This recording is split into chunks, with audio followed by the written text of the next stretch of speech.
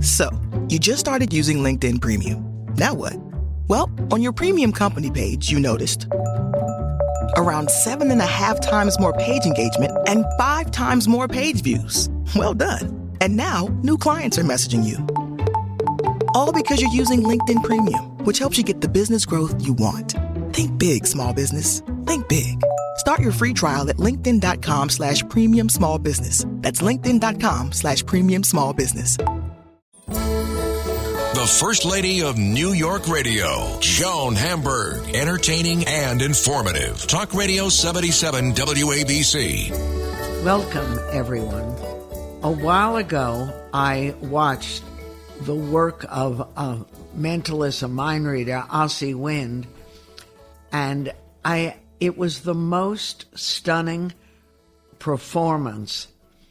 And I've had magicians as guests over the years, and inevitably they talk about Ossie and the influence he's had on their lives.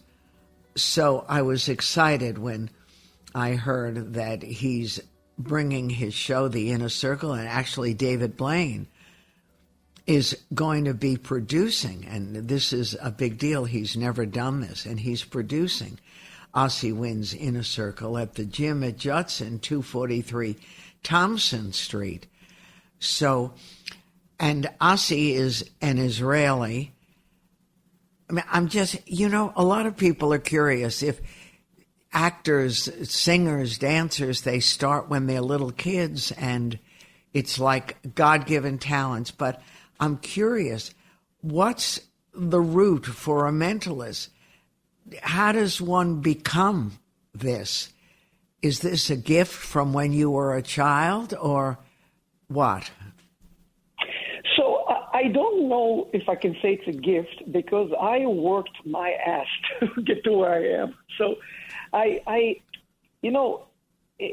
maybe the gift is that I had this burning desire to pursue this. The gift is that I was relentless and I wanted to become as good as I could with this profession, which is magic, mentalism, and all the above. But I think that it did not come to me as a gift. It didn't come for free. I really had to work hard, and I still do, to make it as spectacular as I can. So I don't know if I can call it a gift. But how did you even get hooked on magic or illusions? Did your family take you to see people work, or where did even this glint of an idea start with you? Sure. I will make an analogy here it's easier to people to understand, because when we start as kids, we all paint and draw. We all like to hold crayons, and we're not judgmental about it. We just do it, and we love it.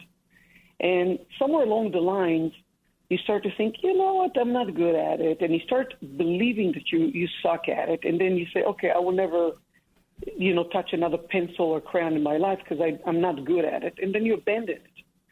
And I found that a lot of kids, especially boys, at some point in their lives, they get a magic kit. It's a toy. They get a little toy, and they play with it. At first, they have fun. They enjoy it. They try it out a few times. And at some point, they convince themselves that they're not good at it. And they just abandon it like anything else. I think that when I got my first magic kit, I was hooked. And I never stopped believing that this is more than a toy. That this is something that I can reach, touch people, and make someone's day. And the more I dealt with it, the more I investigated and researched about magic, the more depth I found. I found psychology. I found performance, public speaking. I found many facets of magic that are not very related to the technique or the secret of magic. It goes beyond that. So I think it started as a journey when I was a kid, and it just never stopped. Where to a lot of kids, it's just a very short episode. And what you do is so original. People who don't get to see great magicians perform sort of think it's, finding a woman in a box or doing something, but it isn't that at all. It's really it's a great question, because the truth is the bar for magic is very low. If you fooled me, you are a magician. And it's not true. It's not enough. And again, if we can borrow from other art forms, which will make it easier to understand, if somebody can sing in tune, it doesn't make him a singer, correct? Right. Or somebody can hit the piano keys at the right sequence and whatever, and the right speed or whatever it is. I'm not a pianist. But it's not enough to make him a musician. He needs to be able to use, let's say, music or painting or whatnot to touch people, to move them. So it's the same with magic. It's not enough, hey, look what I can do. I fooled you. You don't know how it works. I'm a magician. It's not. I use magic as a vehicle to communicate, to touch people, to move them. And it's hard. And unfortunately, some people have never seen a magic show live, so they have nothing to compare it with. So, yeah, I think it's, to get good at it, you have to go beyond just fooling people with a trick or whatever it is. And it's a very difficult thing. It's very, very difficult. And you have to be able to create an illusion, which is really, to me, what it's about. For sure. And that's another problem, that a lot of magicians are not very creative. They go and, seek magic books and whatnot, which is legit. And they learn the tricks and they perform them verbatim. Where, for me, I always, when I look at anything, I say, okay, how can I make it to me? What do I need to change about this so it fits me, it's custom for me? So that's where, my obsession with inventing magic comes from. I really love, tweaking it and thinking. Like, I think that the author of the trick is where he stopped, but now it's my turn to pick it up from where he stopped and continue working on it. So that's where the invention comes. Now, you are an Israeli, and what made you leave Israel to come here? It's a long story. I'll try to give you the short version of it. It turns out the Israeli dream is the American dream. Everybody has a dream to come to America.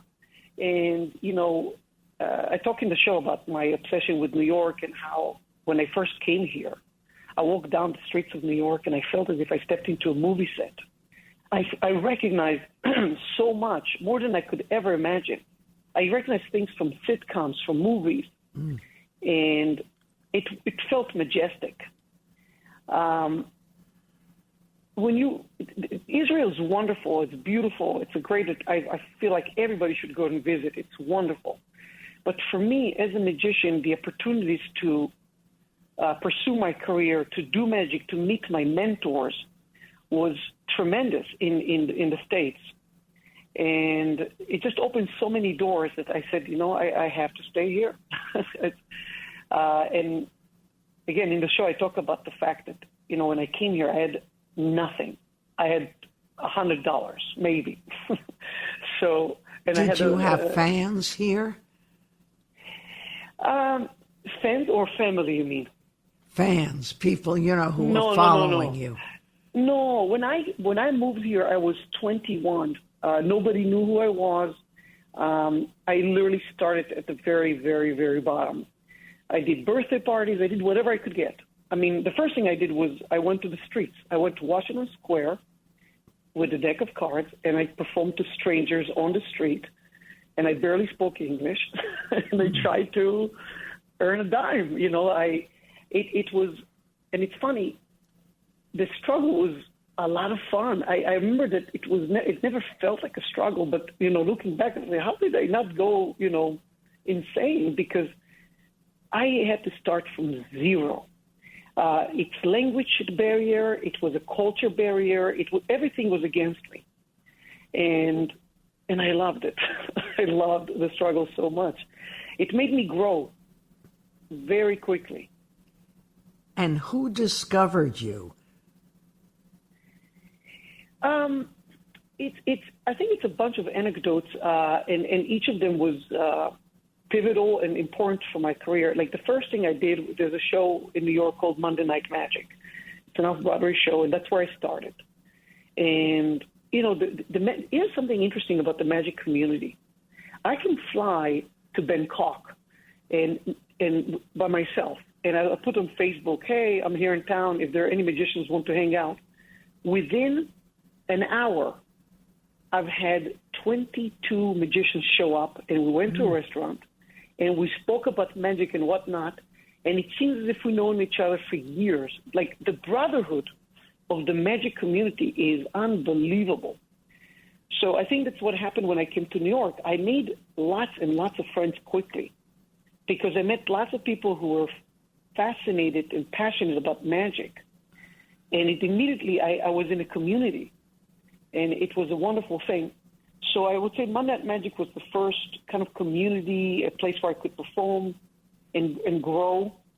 And then the second thing, there's lots of them, but I'll point out one more, is I walked down the street with my dog one day, and a friend of mine was walking with David Blaine, like we're crossing paths, and David Blaine and that mutual friend of ours was with him. And then he stopped and he says, oh, this is the guy I told you about, and he's pointing at me. You guys have a lot in common because you like the same type of magic. There's like lots of branches of magic, and a specific branch of magic, which I'll talk about later, is something that David and I really are passionate about. And David says, hey, what are you doing? I said, I'm walking my dog. He says, oh, well, come to my office after you're done. I said, sure. And I went to the office, and David and I just clicked. We ended up playing backgammon until 6 a.m. in the morning. Oh, gosh. So we became friends before anything. And David has been, I started working for David as a consultant, and then as chief consultant, and the relationship was very hopefully beneficial to both of us, but definitely for me, because, I got to work on TV shows. I got to work on his first live tour.